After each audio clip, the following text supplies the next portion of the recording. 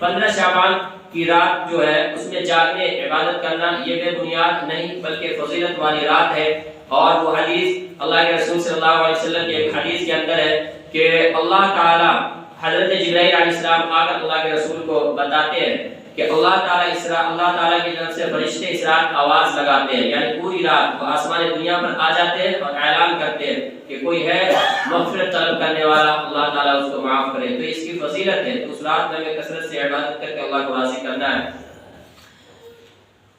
اور اس کے بعد والا دن جو ہے روزہ رکھنے کا ہے۔ حضرت علی رضی اللہ عنہ کی جو روایت میں خطبے کے اندر پڑھ دیا، اذا كانت ليلة النصف من شعبان فقوموا ليلها وصوموا نهارها، کہ جب شعبان کی 15ویں رات آ جائے تو رات کو جگو اور دن کو روزہ رکھو۔ تو روزہ رکھنا ہے، اس میں کیا کیا فضائل ہے وہ اللہ بہتر جانتے ہیں، وہ چیزیں نہیں بیان کی گئی، لیکن روزہ رکھنے کا حکم بہرحال آیا ہے، تو اس میں روزہ بھی رکھے۔ لیکن یہ تمام چیزیں جو ہے یہ فرض اور واجب یا سنت تک بھی کسی نے نہیں کہا بلکہ مستحب کہا ہے۔ ایسی چیز ہے جس کو کر لے، رکھ لے روزہ، رات کو جگ لے تو اچھی بات ہے، اور اگر کوئی نہیں رکھتا ہے تو اس پر کسی قسم کا کوئی ملامت نہیں۔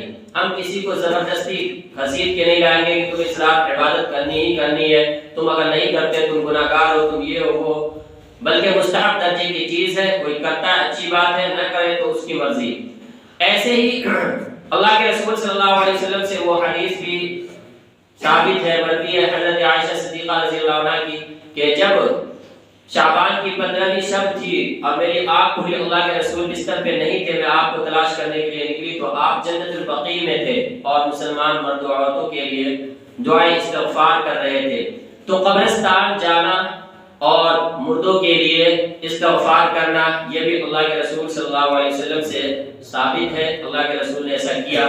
لیکن یہاں بھی وہی بات آتی ہے کہ آپ نے زندگی میں ایک مرتبہ کیا ہے تو ہم اس کو فرض اور ضروری نہیں کہتے۔ اللہ کے رسول خاموشی سے گئے تھے، کسی کو دعوت دے کر کسی کو بتلا کر نہیں گئے۔ اگر ایسا ہی ہوتا تو آپ اپنے بستر پہ جو حضرت عائشہ صدیقہ رضی اللہ عنہا لیٹی ہوئی ہے کم از کم ان کو تو بتاتے۔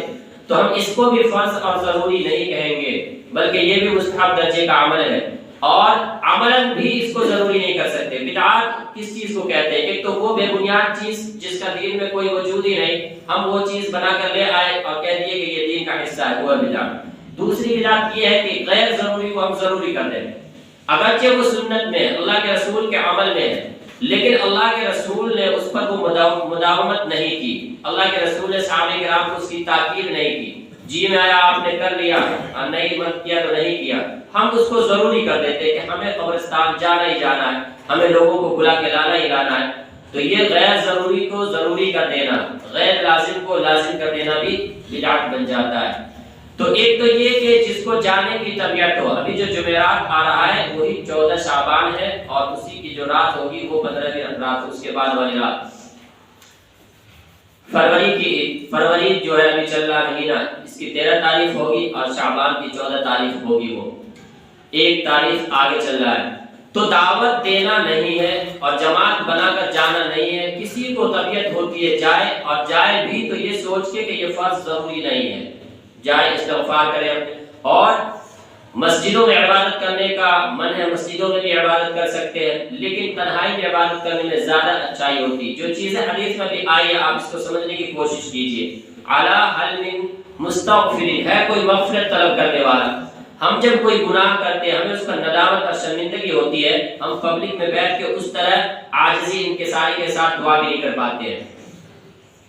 ہمیں اللہ تعالیٰ سے مغفرت چاہیے، اس کے لیے تنہائی چاہیے، زیادہ بہتر ہے تنہائی میں بیٹھ کے ہم بالکل دل کھول کے روئے بھی، اپنے گناہوں پر ندامت بھی ہو، اللہ تعالیٰ سے مغفرت بھی طلب کرے، تو یہ زیادہ بہتر ہے۔ لیکن مسجدوں میں کوئی آتا ہے اس لیے تاکہ دوسروں کو دیکھ کر زیادہ شوق ہوتا ہے، نیند نہیں آئے گی، جبکہ ہم زیادہ سے زیادہ عبادت کریں گے، نیت درست ہے تو وہ مسجدوں میں بھی آ کر عبادتیں کریں۔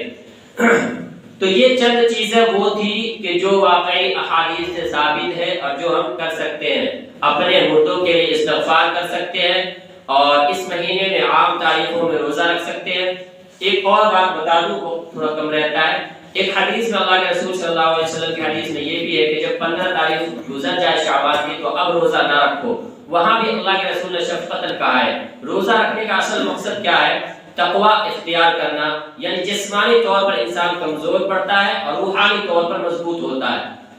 تو 15 تک شعبان کے 1 سے لے کے 15 تک جب دل چاہا روزہ رکھ لیا، اب جو ہے باقی کے 15 دن میں کھا پی کر تھوڑا خود کے اندر مضبوطی لاؤ، تاکہ جب رمضان شروع ہو تو اس کے روزے میں کسی قسم کی کمزوری نہ آئے۔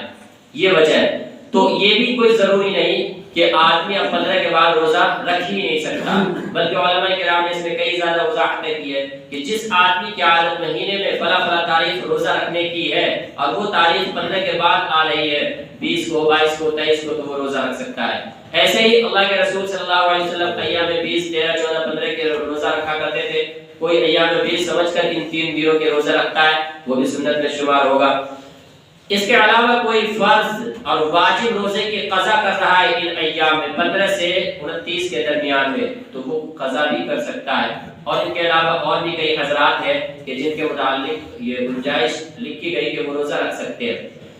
اس کے علاوہ اور بھی ایک حدیث ہے کہ جس میں اللہ کے رسول نے یہ فرمایا کہ رمضان کا استقبال 1-2 روزہ پہلے سے نہ کرو، یعنی شعبان کی آخری تاریخ 28، 29، اسلامی تاریخ جو ہے 30 تاریخ یا 29، اس سے نہ کم اور نہ اس سے زیادہ۔ 31 اسلامی تاریخ نہیں ہو سکتا، چاند کی تاریخ، اور نہ ہی 29 سے کم 28، 27 کی تاریخ ہوتی ہے۔ تو 2 دن 1-2 روزہ پہلے سے رمضان کا استقبال نہ کریں، یعنی 28، 29 کا روزہ رکھ کے رمضان کو شروع نہ کریں۔ تو ان دونوں دنوں میں روزہ نہیں رکھنا چاہیے، یہی بہتر ہے، تاکہ رمضان کا وہ جو اثر ہے وہ احساس ہو۔ ہم شروع سے روزہ رکھتے جا رہے ہیں، اسی حالت میں رمضان میں داخل ہو گئے تو رمضان کی وہ لذت کا احساس ہمیں نہیں باقی رہے گا۔ تو 1-2 دن کا مثلا بیچ میں فاصلہ کر دینا چاہیے، وہ ٹھیک ہے۔ یہ بات ہو گئی۔